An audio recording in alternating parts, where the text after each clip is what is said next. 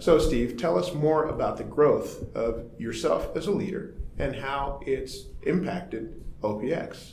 I've tried to model what is known in the industry, but not particularly well known, something called servant leadership. And Max Dupree from Herman Miller was one of the early adopters of that, although Lao Tzu was probably in the 5th century BC, a little before Max Dupree.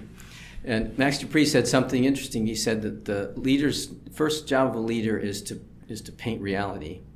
The last job is to say thank you, and everything in between is a servant, which is a really interesting thing. And I don't believe I grew up thinking that was the definition of a leader, but now I'm convinced it is, right? So if you're trying to help people do something, you actually need to help them, right? And if you want them to, you have to give, not only just inspire them with the vision that you have to help them do what they need to do. Otherwise, how could they possibly learn how to do that, right?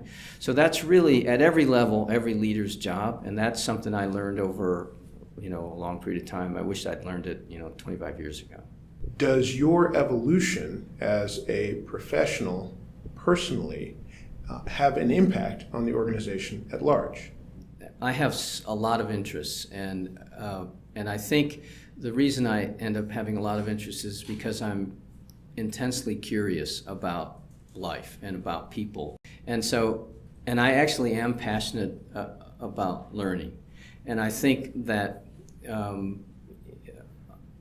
when people are around me, they hear me like that, and I think it does have some effect on folks. It probably has some effect on folks here. The way I gauge that is, we have a lot of communication tools here. One of the things we have is something called Slack, and it's a IM kind of thing, right?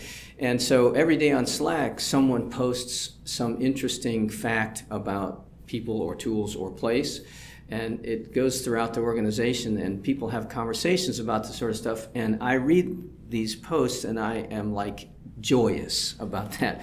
Because you can't ever learn too much. It's just impossible. And the challenges we see in the world and we see in our clients' worlds, those are our challenges. And so the more we know about them, the more we can bring to bear at least thinking about it. And as designers, we're imagining what the next thing could be, right? We're imagining how could this be something else, or how could this be transformed into, in our case, something better. So the more we know, the better equipped we are. And if we can marry that with empathy, we're like golden.